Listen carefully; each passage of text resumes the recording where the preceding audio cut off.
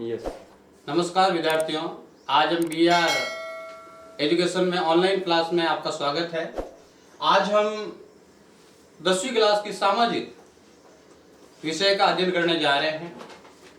उसका पहला जो अध्याय है वो प्रारंभ से लगाकर 506 तक स्वर्णिम जो भारत है उसका हम अध्ययन करेंगे। यानी सिंधु घाटी सभ्यता, वैदिक सभ्यता, रामायण और महाभारत का जो काल है उसको स्वर्णिम भारत के नाम से जाना जाता है। आज हम महाजनपद काल के बारे में पढ़ने जा रहे हैं। देखिए, भारत के अंदर उस समय 16 महाजनपद थे, जिसमें कंबोज, गांधार, कुरु, पांचाल, कौशल, वजी, काशी, मल, मगध, अंग, सुरसेन, मत्स्य, चेदी, अवंती, वस्त और अस्मक, ये 16 महाजनपद थे। जिनमें से कुछ जो महाजनपद है वो लोकतंत्रात्मक थे और कुछ जो है राजतंत्रात्मक थे। हालांकि जो लोकतंत्रात्मक गणराज्य थे वो भी अमीर व्यक्तियों का ही उस पर दबदबा था। उनमें से सबसे जो महत्वपूर्ण जो साम्राज्य था, जनपद, वो था मगध। मगध साम्राज्य ने आसपास के सारे जो जनपद थे उसको अपने अधीन कर लिया।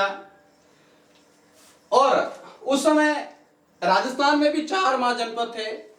हम आगे पढ़ने जा रहे हैं।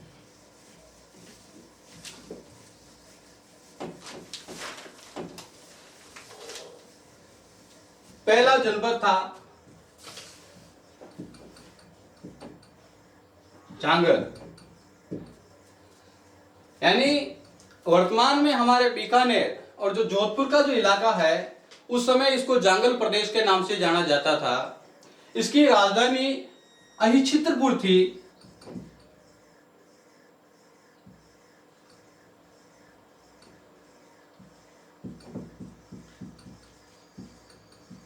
अहिछित्रपुर यानी वर्तमान में जो नागौर है उसको पहले अहिछित्रपुर के नाम से जाना जाता था।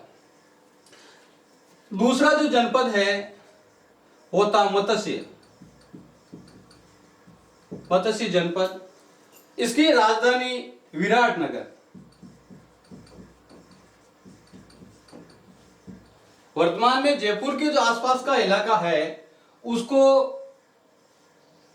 मत्स्य प्रदेश के नाम से जाना जाता था, जिसकी राजधानी विराटनगर थी।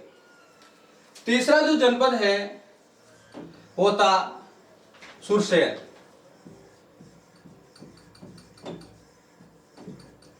सुरसेन वर्तमान में जो ब्रज है उसके आसपास का जो इलाका है उस प्रदेश को सुरसेन के नाम से जाना जाता था, जिसकी राजधानी मथुरा थी। और चौथा जो जनपद था वो था सिवी, जिसकी राजधानी थी चित्तौड़गढ़ के पास में नगरी। यानी वर्तमान में जो सिवी है वो पाकिस्तान में सोरपुर जो नामक है स्थान उससे संबंधित है। चित्तौड़गढ़ के पास में कुछ जो सिक्के मिले हैं उससे हमें प्राप्त हुआ है कि सिवी की जो राजधानी है वो नगरी थी। तो प्राचीन काल के अंदर हमारे राजस्थान में कुल 4 जनपद थे। पहला था जांगल, दूसरा था मत्स्य, तीसरा था सुरसेन और चौथा था सिवी। तो अब आगे हम मौर्य वंश के बारे में पढ़ने जा रहे हैं। हमने पहले भी पढ़ा था कि कुल जो 16 महत्वपूर्ण जनपद थे उनमें से सबसे जो महत्वपूर्ण जनपद उभर कर सामने आया वो था मगध।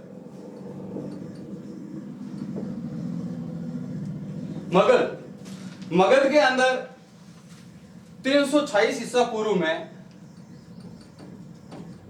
पूर्व की हम बात कर रहे हैं। 326 ईसा पूर्व में नंद वंश का शासन था। नंद वंश का एक विलासी अत्याचारी जो शासक है जिसका नाम था धनानंद। आज आप टीवी पे ये प्रोग्राम भी देख रहे हैं, मौर्य जो प्रोग्राम आ रहा है। तो चंद्रगुप्त जो मौर्य है इन्होंने धनानंद को हराकर 322 ईसा पूर्व में मगध के अंदर एक नए वंश की स्थापना की, जिसको मौर्य वंश के नाम से जाना जाता है।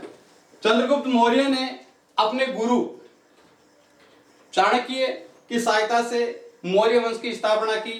तो मौर्य वंश का प्रथम जो शासक है जिसका नाम है चंद्रगुप्त मौर्य।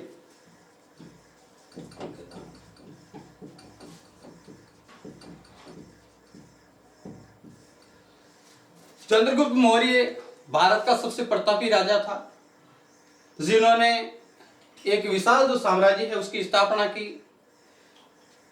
इन्होंने उस समय भारत के अंदर अपने साम्राज्य की स्थापना की जब भारत के अंदर अराजकता का माहौल था। उस समय पश्चिमी सीमा तक जो विदेशी आक्रामक था सिकंदर जो पहुंच चुका था, तो उनके अत्याचारों से बचाने के लिए इन्होंने मगध के अंदर एक नए वंश की स्थापना की, जिसको मौर्य वंश के नाम से जाना जाता है। चंद्रगुप्त मौर्य ने 305 ईसा पूर्व में चंद्रगुप्त ने सेल्यूकस नामक जो एक विदेशी शासक था उनको हराया, और सेल्यूकस को हराकर उनसे काफी जो विशाल भूभाग है कह सकते हैं वो प्राप्त किया, जिसमें अफगानिस्तान, बलूचिस्तान और सिंधु नदी के जो पश्चिम का जो इलाका है इन्होंने उनसे छीना। और उसके बदले चंद्रगुप्त मौर्य ने सेल्यूकस को 500 हाथी उपहार में दिए, और सेल्यूकस ने अपनी जो पुत्री है हेलेना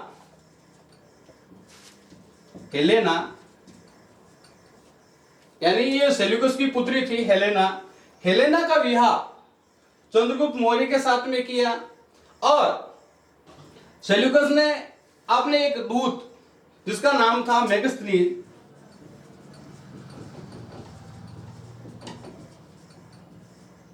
मेगस्थनीज को चंद्रगुप्त मौर्य के दरबार में उन्होंने भेजा। इसी मेगस्थनीज ने एक पुस्तक लिखी थी जिसका नाम है इंडिका। यानी ये मेगस्थनीज जो सेल्यूकस ने चंद्रगुप्त मौर्य के दरबार में भेजा था, जिन्होंने एक पुस्तक लिखी जिसका नाम है इंडिका, और उसी इंडिका के माध्यम से हमें मौर्य जो वंश है, मौर्य जो साम्राज्य है, उनकी संपूर्ण जानकारी हमें प्राप्त होती है। चंद्रगुप्त मौर्य ने अपने अंतिम दिनों में, यानी जब जो लास्ट स्टेज पे था, तो जैन धर्म का मुनि भद्रबाहु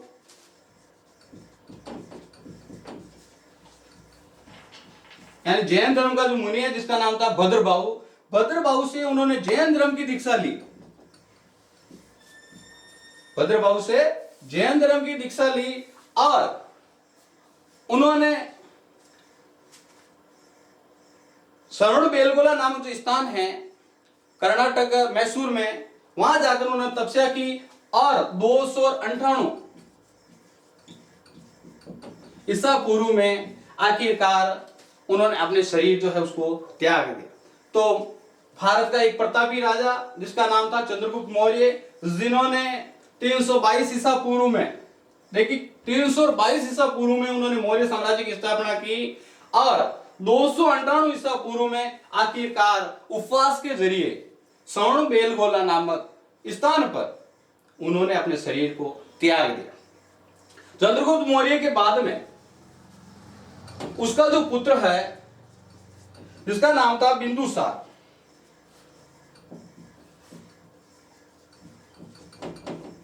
बिंदुसार 298 ईसा पूर्व में मगध का शासक बना। 298 ईसा पूर्व में वो मगध का शासक बना, और 273 ईसा पूर्व तक इन्होंने शासन किए। तो देखिए चंद्रगुप्त मौर्य के बाद में मगध का जो शासक है वो बिंदुसार बना 258 ईसा पूर्व में, और 273 ईसा पूर्व तक इन्होंने शासन किए। बिंदुसार भी अपने पिता की तरह एक महान शासक था। कुछ यूनानी जो विद्वान हैं, इन्होंने बिंदुसार को अमित्रो जो चर्च है उसके नाम से भी पुकारा है। देखिए एक बार फिर सुना, बिंदुसार को यूनानी लेखकों ने अमित्रो चट्स के नाम से भी पुकारा है। एक महान शासक था। इन्होंने अपने पिता का जो साम्राज्य है उसको अक्षुण्ण बनाए रखा। बिंदुसार के समय ऐसा कहा जाता है कि तक्षशिला में एक विद्रोह हुआ। उस विद्रोह को दबाने के लिए उन्होंने अपने दो पुत्रों को भेजा। एक का नाम था अशोक और दूसरे का नाम था सुशील। देखिए, बिंदुसार के दो पुत्र यहां जिक्र हो रहा है। एक का नाम है अशोक और दूसरे का नाम है सुशील। इन दोनों को तक्षशिला के जो विद्रोह है उसको दबाने के लिए भेजा, लेकिन 273 के अंदर बिंदुसार की भी मृत्यु हो गई। उसके बाद में मौर्य साम्राज्य का जो शासक है वो बढ़ता है अशोक।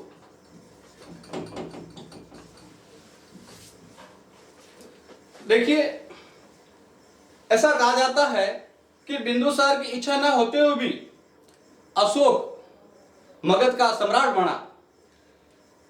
273 के अंदर वो शासक बना ईसा पूर्व में, लेकिन 4 साल बाद में उसका राज्याभिषेक हुआ, यानी 269 ईसा पूर्व में अशोक का राज तिलक हुआ। अशोक एक महान शासक था। इन्होंने अपने समय में कई युद्ध किए। राज्याभिषेक के 8वें वर्ष में, देखिए राज्याभिषेक के 8वें वर्ष में, कितने वर्ष में? 8वें वर्ष में इन्होंने कलिंग के ऊपर आक्रमण किया। ये इस अशोक के जीवन का सबसे महत्वपूर्ण युद्ध था। ऐसा कहा जाता है कि हाथी गुफा लेख से हमें पता चला है कि उस समय कलिंग का जो राजा है वो नंदराज था। नंदराज से अशोक का युद्ध हुआ और उस समय कलिंग की राजधानी तोसली थी। कहां थी? तोसली।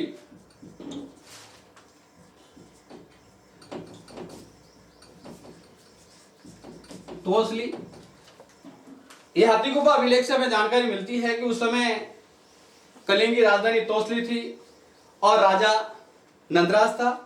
उसके साथ में अशोक का युद्ध हुआ और उस युद्ध के अंदर करीब 1 लाख जो सैनिक है वो मारे गए। इसकी वजह से अशोक का जो दिल है वो परिवर्तित हुआ और अशोक ने इस युद्ध के बाद में बेरी घोष के स्थान पर धम घोष की स्थापना की। देखिए, अशोक ने कलिंग युद्ध के बाद में बेरी घोष के स्थान पर धम की घोषणा की। धम। और इस युद्ध के बाद में अशोक ने अपने इलाके के अंदर अपनी प्रजा से जो पहले कर 1/4 भाग लेता था उसको भी उन्होंने कम कर दिया और अब वो उपज का 1/8 भाग जो है लेने लगा। तो देखिए, अशोक एक महान शासक था। कलिंग युद्ध के बाद में अशोक ने धम की स्थापना की। तो अब धम क्या है इसके बारे में हम पढ़ेंगे। धम, अशोक ने अपनी प्रजा के उत्थान के लिए जिन नैतिक आदर्शों का प्रतिपादन किया उसको धम कहते हैं। एक बार फिर आप सुने, धम क्या है? अशोक ने अपनी प्रजा के नैतिक उत्थान के लिए जिन आदर्शों का प्रतिपादन किया उसे धम कहते हैं।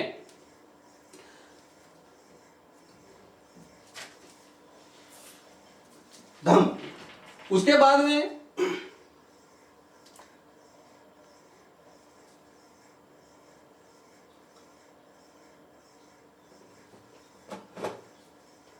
धम यात्रा।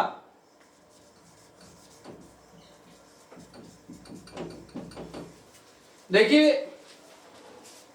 अशोक ने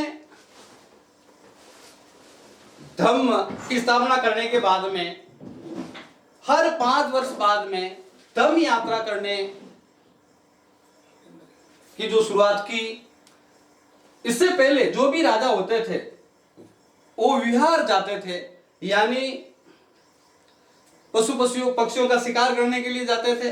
लेकिन उसके स्थान पर अशोक ने धम्म यात्रा की शुरुआत की, यानी हर 5 साल बाद में अशोक धम्म यात्रा जाता था और वहां पर ब्राह्मणों को, गरीबों को स्वर्ण जो दान है वो देता था, यानी गरीबों को और ब्राह्मणों को सोने का दान वो देता था, जिसको धम्म यात्रा कहा जाता है। यानी विहार के स्थान पर वो धार्मिक जो स्थल है उनकी यात्रा करते थे और वहां पर गरीब जो ब्राह्मण हैं, गरीब जो लोग थे, उनको सोने का दान दिया जाता था।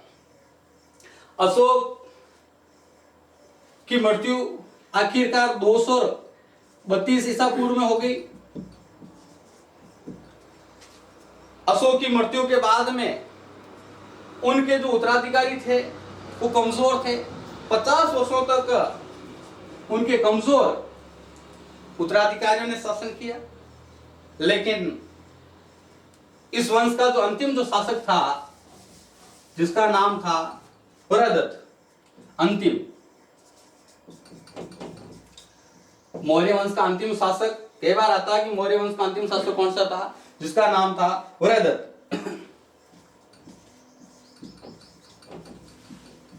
मौर्य वंश का अंतिम शासक था वरदत्त। वरदत्त का जो सेनापति था पुष्यमित्र शुंग, इन्होंने वरदत्त की हत्या कर दी और मौर्य वंश का उसी के साथ में अंत हो गया। तो मौर्य वंश का अंतिम शासक था वरदत्त। वरदत्त की हत्या इन्हीं का सेनापति, जिसका नाम था पुष्यमित्र शुंग, एक ब्राह्मण था, उस ब्राह्मण ने वरदत्त की हत्या की और इसी के साथ में मौर्य वंश जो है उसका अंत हो गया। तो इसके बाद में हम आगे पढ़ने जा रहे हैं शुंग वंश।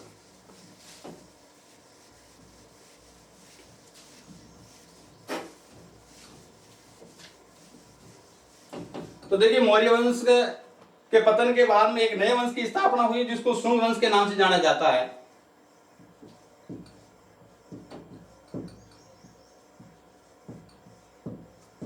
जिसकी स्थापना 185 ईसा पूर्व में हुई।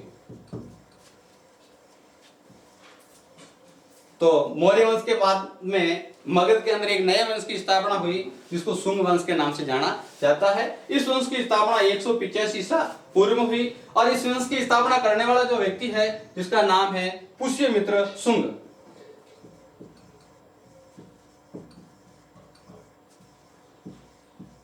पुष्यमित्र शुंग। पुष्यमित्र शुंग जो 185 ईसा पूर्व में मगध का जो सम्राट बना और इन्होंने 157 ईसा पूर्व तो खैर शासन किया। 185 ईसा पूर्व से लगाकर 151 ईसा पूर्व तक इन्होंने शासन किया। ये अपने समय का एक महान शासक था। इन्होंने भी कई जो है युद्ध किए। पुष्यमित्र शुंग के समय एक महत्वपूर्ण जो घटना हुई है वो है, इन्होंने 2 बार अश्वमेध जो यज्ञ है उनको करवाया। देखिए, पुष्यमित्र शुंग ने कितनी बार अश्वमेध यज्ञ करवाया? 2 बार। व्याकरण का प्रसिद्ध जो व्याकरणचारी है पतंजलि, जो इसका मुख्य पुरोहित था, यानी पुष्यमित्र शुंग ने जो 2 अश्वमेध यज्ञ करवाए, जिसका मुख्य जो पुरोहित है वो था पतंजलि। पतंजलि पुष्यमित्र शुंग के द्वारा करवाए गए यज्ञ का मुख्य पुरोहित हम कह सकते था। इस वंश के अंदर भी कई शासक हुए, लेकिन इस वंश का अंतिम जो शासक था, जिसका नाम था देवभूति। इस वंश का अंतिम शासक था देवभूति। लेकिन देवभूति को भी उसी का सेनापति वासुदेव, उसी का जो सेनापति है जिसका नाम था वासुदेव, वासुदेव ने 73 ईसा पूर्व में उनको मौत के घाट उतार दिए और इसी के साथ में जो शुंग वंश था उसका अंत हो गया। देखिए, इस वंश के बाद में हम नया वंश पढ़ने जा रहे हैं, जिसका नाम है सातवाहन वंश।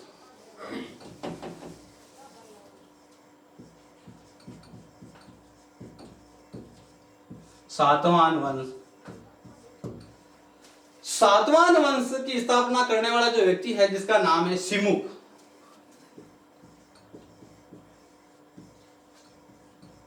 सातवान वंश की स्थापना करने वाला जो व्यक्ति है जिसका नाम है सिमुक। सिमुक ने 60 ईसा पूर्व के आसपास कृष्णा और गोदावरी नदी के अंदर एक नए वंश की स्थापना की जिसको सातवान वंश के नाम से जाना जाता है। देखिए, सिमुक नामक व्यक्ति ने 60 ईसा पूर्व के अंदर एक नए वंश की स्थापना की जिसको सातवान वंश के नाम से जाना जाता है। सिमुक के बाद में महत्वपूर्ण जो शासक था वो था सातकर्णी प्रथम।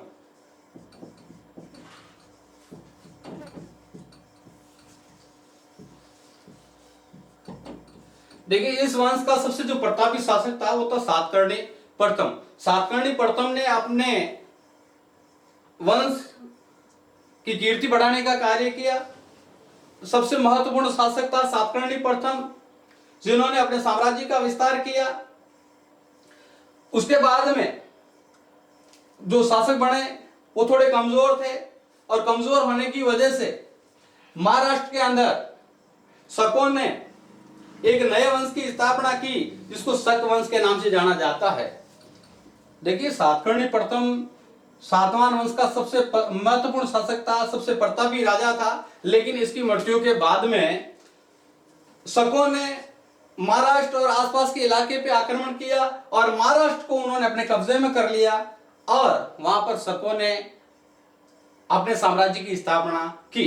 लेकिन इसके बाद में ये सातकर्णी जो प्रथम है इस वंश का प्रथम शासक था, लेकिन इस वंश का 23वां शासक, देखिए इस वंश का प्रतापी जो राजा है 23वां, जिसका नाम था गोमती पुत्र सातकर्णी। कितवां शासक था? 23वां, जिसका नाम था गौतमी पुत्र सातकर्णी।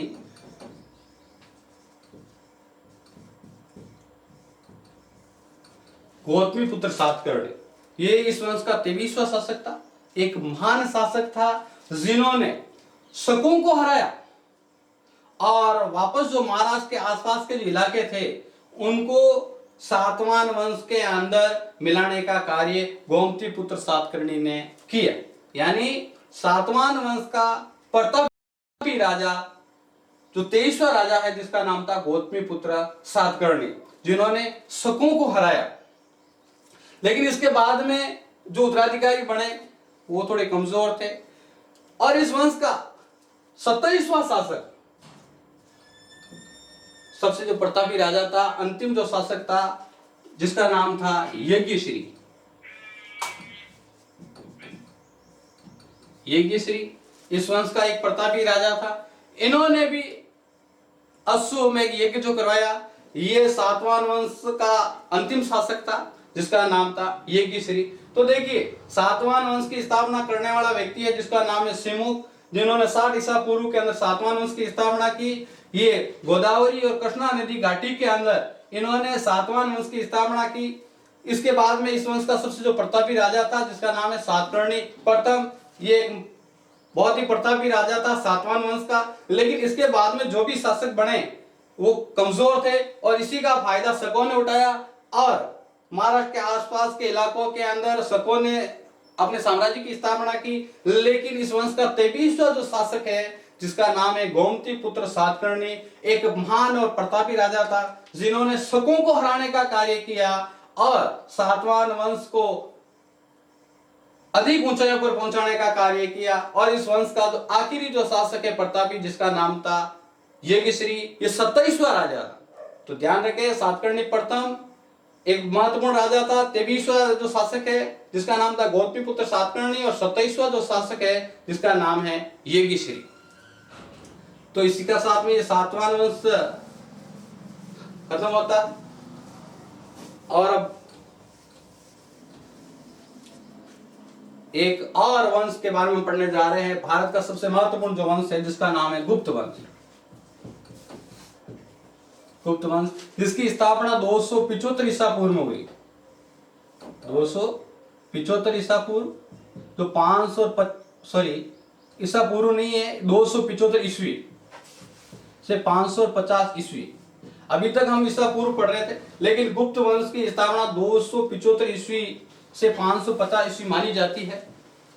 गुप्त वंश की स्थापना करने का श्रेय श्रीगुप्त को जाता है। देखिए, गुप्त वंश का संस्थापक यदि कोई सवाल पूछे तो गुप्त वंश का संस्थापक है जिसका नाम है श्रीगुप्त। गुप्त वंश का जो संस्थापक है जिसका क्या नाम है? श्रीगुप्त। श्रीगुप्त ने इस वंश की स्थापना की 275 में। इसके बाद में इसका जो पुत्र था जिसका नाम है घटोत्कच,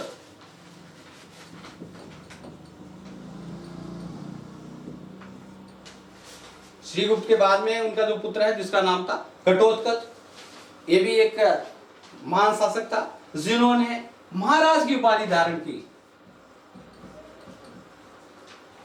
महाराज। देखिए, घटोत्कच ने कौन सी उपाधि धारण की? महाराज। लेकिन इस वंश का सबसे जो प्रतापी शासक था वो था घटोत्कच का पुत्र चंद्रगुप्त प्रथम।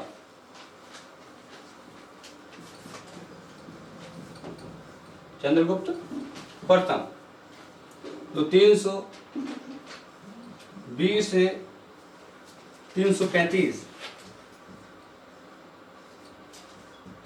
ईस्वी। देखिए, गुप्त वंश का सबसे जो प्रतापी शासक था जिसका नाम है चंद्रगुप्त प्रथम, जो 320 से लगाकर 335 ईस्वी तक इन्होंने शासन किया। इस चंद्रगुप्त ने 319 में एक जो संवत है वो चलाया जिसको गुप्त संवत के नाम से जाना जाता है।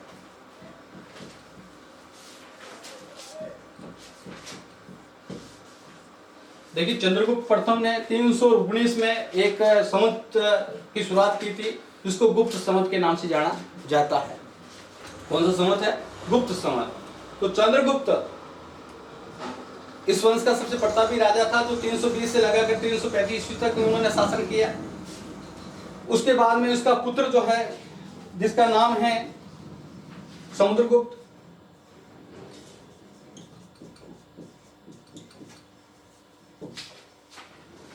चंद्रगुप्त के बाद में उसका जो पुत्र है वो शासक बना जिसका नाम है समुद्रगुप्त। समुद्रगुप्त 335 से लगाकर 380 ईसा पूर्व समुद्रगुप्त ने शासन किया। समुद्रगुप्त इस वंश का सबसे प्रतापी राजा था।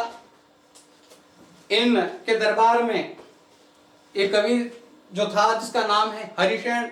हरिसेन की प्रयाग प्रस्तुति से पता चलता है कि समुद्रगुप्त जो है इन्होंने अपने समय में कई युद्ध किए जिसकी जानकारी हमें प्रयाग प्रस्तुति से मिलती है।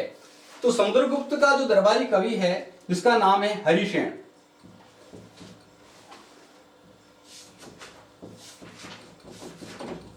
दरबारी कवि है जिसका नाम है हरिसेन। हरिसेन की जो प्रयाग प्रस्तुति है उससे पता चलता है कि समुद्रगुप्त एक महान शासक था जिन्होंने अपने समय में कई युद्ध किए और अपने साम्राज्य का विस्तार किया।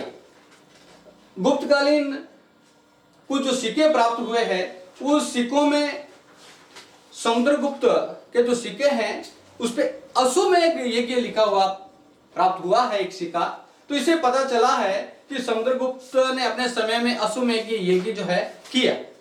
और एक जो सिक्का मिला है जिसपे समुद्रगुप्त वीणा बजाता हुआ दिखाई दे रहा है, तो इससे पता चला है कि समुद्रगुप्त संगीत का भी प्रेमी था। यानी समुद्रगुप्त जो है संगीत का प्रेमी था। इसकी जानकारी हमें एक सिक्के के माध्यम से प्राप्त हुई है क्योंकि उस सिक्के पर वीणा बजाता हुआ समुद्रगुप्त जो है वो दिखाई दे रहा है।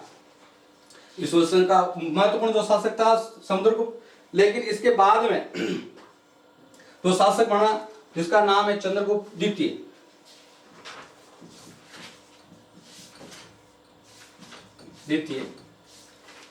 देखिए, समुद्रगुप्त के बाद में उसका जो पुत्र है वो शासक बना जिसका नाम है चंद्रगुप्त द्वितीय। इतिहास के अंदर चंद्रगुप्त द्वितीय को विक्रमादित्य के नाम से भी जाना जाता है। यानी चंद्रगुप्त ने उस समय की सबसे जो कह सकते हैं कि खतरनाक जाति थी, शकों को हराया, और शकों को हराने की वजह से चंद्रगुप्त को विक्रमादित्य के नाम से भी जाना जाता है। चंद्रगुप्त ने अपने साम्राज्य का विस्तार किया और उन्होंने वैवाहिक जो संबंध है उनके माध्यम से अपने साम्राज्य को बढ़ाने का कार्य किया। चंद्रगुप्त ने अपनी पुत्री जिसका नाम है प्रभावती का जो विवाह है वो वाकाटक नरेश रुद्रसेन से किया। देखिए, चंद्रगुप्त ने अपने जो साम्राज्य का विस्तार है वो वैवाहिक संबंधों के माध्यम से बढ़ाया। उनकी एक पुत्री थी जिसका नाम है प्रभावती का जो विवाह है उन्होंने वाकाटक जो नरेश है रुद्रसेन से किया, लेकिन रुद्रसेन की मृत्यु होने के बाद में उस इलाके को चंद्रगुप्त ने अपने इलाके में शामिल कर लिया। तो चंद्रगुप्त जो है द्वितीय, जिसको विक्रमादित्य के नाम से भी जाना जाता है, जिन्होंने 380 ईसा पूर्व से 380 ईस्वी से 412 ईस्वी तो क्या शासन किया। एक इस वंश का प्रतापी राजा था। इसके बाद में इस वंश का जो शासक है जिसका नाम है कुमारगुप्त।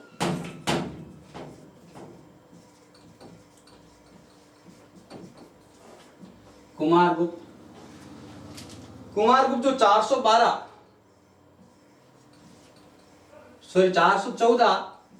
में शासक बना और इन्होंने 455 तक शासन किया। कुमारगुप्त को महेंद्रादित्य के नाम से भी जाना जाता है, जो 414 ईस्वी के अंदर गुप्त वंश का शासक बना और इन्होंने 455 ईस्वी तक शासन किया।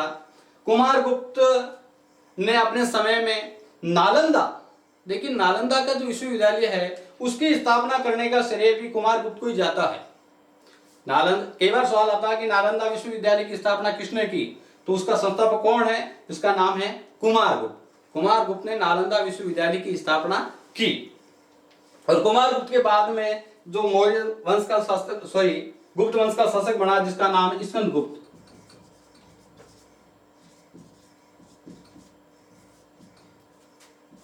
(455 से 467 ईस्वी। गुप्त वंश का अंतिम शासक स्कंदगुप्त 455 ईस्वी से 467 ईस्वी तक इन्होंने शासन किया। ये भी इस वंश का एक महान और प्रतापी शासक था। इन्होंने अपने पूर्वजों का जो साम्राज्य है उसको अक्षुण्ण बनाए रखा और इन्होंने सुदर्शन जो झील है उनका जीर्णोद्धार करवाया। यानी रुद्रदामन के जो अभिलेख है उनसे हमें पता चला है, जूनागढ़ का जो अभिलेख है उनसे हमें जानकारी मिली है कि स्कंदगुप्त ने भी एक बार सुदर्शन जो झील है उसका जीर्णोद्धार करवाया। तो देखिए स्कंदगुप्त भी गुप्त वंश का एक प्रतापी राजा था। इन्होंने सुदर्शन जो झील है उसका जीर्णोद्धार करवाया। हालांकि जो सुदर्शन झील है उसका निर्माण चंद्रगुप्त मौर्य के समय हुआ, लेकिन स्कंदगुप्त ने अपने शासन काल के अंदर उस झील का वापस जीर्णोद्धार करवाया। तो हम पढ़ रहे थे अभी गुप्त वंश की स्थापना 275 ईस्वी में हुई और ये वंश 550 ईस्वी तक चला। इस वंश की स्थापना करने वाला जो व्यक्ति है जिसका नाम है श्रीगुप्त। ध्यान रखे, गुप्त वंश की स्थापना किसने की? श्रीगुप्त ने 275 ईस्वी में। श्रीगुप्त के बाद में उसका जो पुत्र है उसका नाम था घटोत्कच, शासक बना। घटोत्कच ने महाराज की उपाधि धारण की और उसके बाद में उसका प्रतापी जो पुत्र है चंद्रगुप्त प्रथम गुप्त वंश का शासक बना। इन्होंने भी उपाधि धारण की महाराजा धीराज की। देखिए चंद्रगुप्त प्रथम ने महाराजा धीराज की उपाधि धारण की। ये 320 ईस्वी के अंदर मगध के शासन पर गुप्त शासन पर बैठा और 335 ईस्वी तक इन्होंने शासन किया। इसके बाद में उसका पुत्र समुद्रगुप्त 335 ईस्वी के अंदर गुप्त वंश का शासक बना और 380 तक इन्होंने शासन किया। उसके बाद में उनका पुत्र चंद्रगुप्त द्वितीय, जिसको विक्रमादित्य के नाम से भी जाना जाता है, 380 ईस्वी से 412 ईस्वी तक इन्होंने शासन किया। उसके बाद में उनका पुत्र कुमारगुप्त, जिसको महेंद्रादित्य भी कहा जाता है, जिन्होंने 414 से 455 ईस्वी तक शासन किया। और इस वंश का अंतिम जो शासक था जिसका नाम स्कंदगुप्त जो 455 से 467 ईस्वी तक इन्होंने शासन किया, और इसी के साथ में इस वंश का अंत हो गया।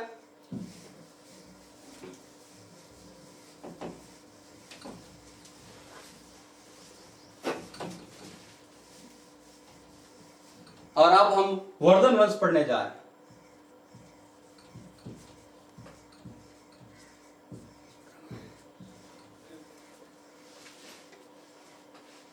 भारत के अंदर 600 ईस्वी के अंदर आसपास भारत के अंदर जो गुप्त वंश था वो खत्म होने की वजह से कोई महत्वपूर्ण वंश नहीं था। उसके बाद में थानेश्वर यानी हरियाणा के पास में जो थानेश्वर स्थान है वहां पर एक वंश की स्थापना हुई जिसको वर्धन वंश के नाम से जाना जाता है। 6ठी शताब्दी में, कौन शताब्दी में? 6ठी शताब्दी के अंदर इस वंश की स्थापना हुई जिसका नाम है वर्धन वंश। वर्धन वंश के अंदर 3 शासक हुए। पहला है प्रभाकर वर्धन,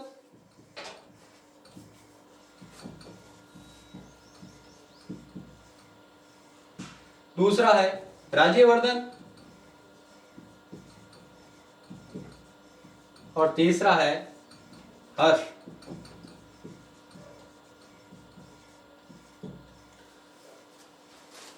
तो वर्धन वंश के अंदर 3 प्रतापी राजा हुए जिसका नाम है प्रभाकर वर्धन, राज्यवर्धन और हर्षवर्धन।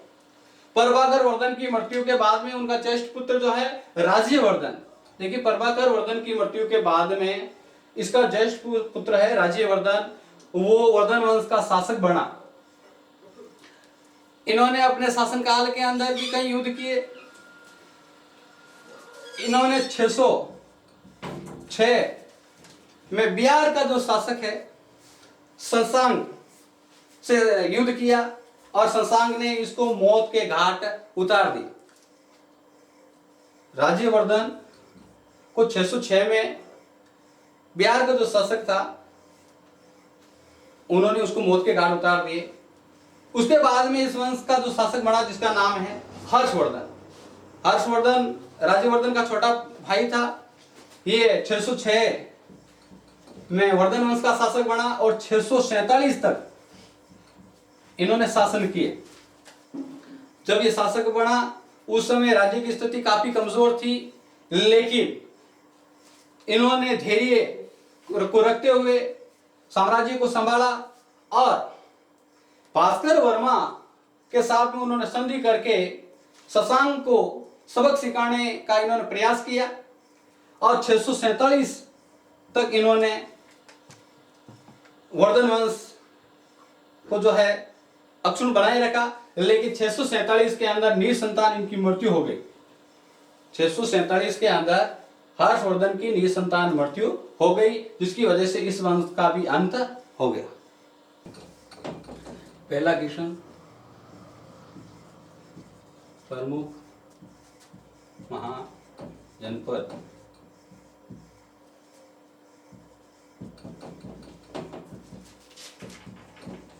कौन कौन से हैं? दूसरा सवाल, दम क्या है? तीसरा सवाल, मौर्य वंश के प्रमुख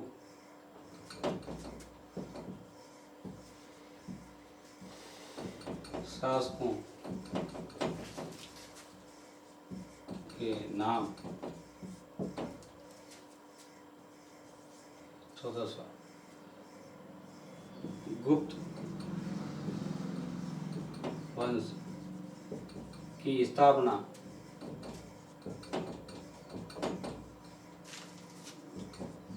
किसने और